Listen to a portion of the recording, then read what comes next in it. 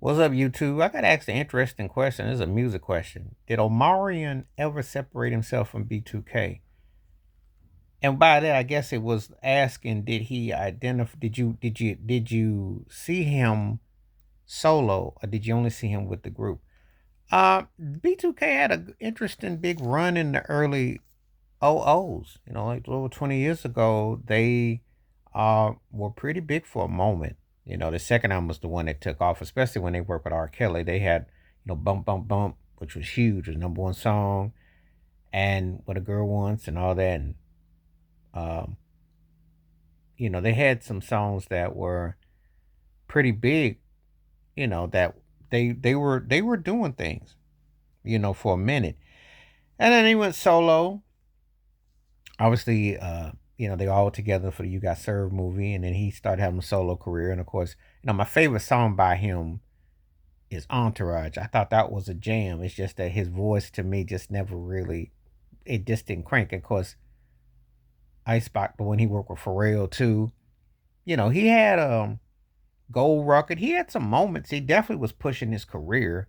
Uh, Icebox was catchy. He worked with different people. He did the reggaeton movie. I seen that's the one with Mark Anthony and Jennifer Lopez was still together. He did that. He was involved in quite a few projects. The horror movie. Marin had an opportunity.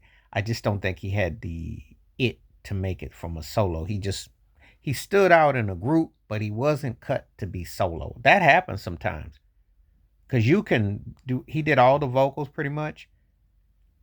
But when I tell you about Omar, and he's the quintessential triple broke cheeseburger version of whoever you want to mention, be it Michael Jackson, be it Ralph Tresvant.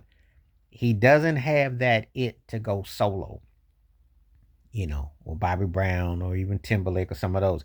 He was never that dude. He good dancer, good mover, you know, uh, but he didn't have the it as far as the tangibles. So the question was, did you ever feel that he Omarion and B2k, did he separate a distance? No. Now I can't really say because the playing field wasn't really level, because I really don't know what the rest of B2k would do aside from background dancing and singing. I really don't know what they could really do in terms of their talent, because they didn't get the same pushes he did. He got all the push and all the motion, but it didn't really go anywhere.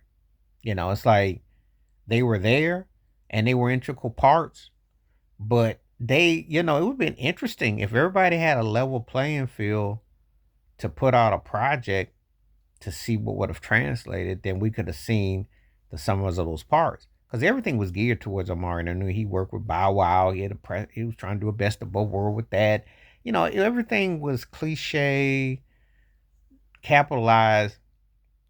It didn't really go nowhere. He wasn't hanging with his peers in terms of an artistry. He wasn't. His peers would have been like Neo and Trey Songz.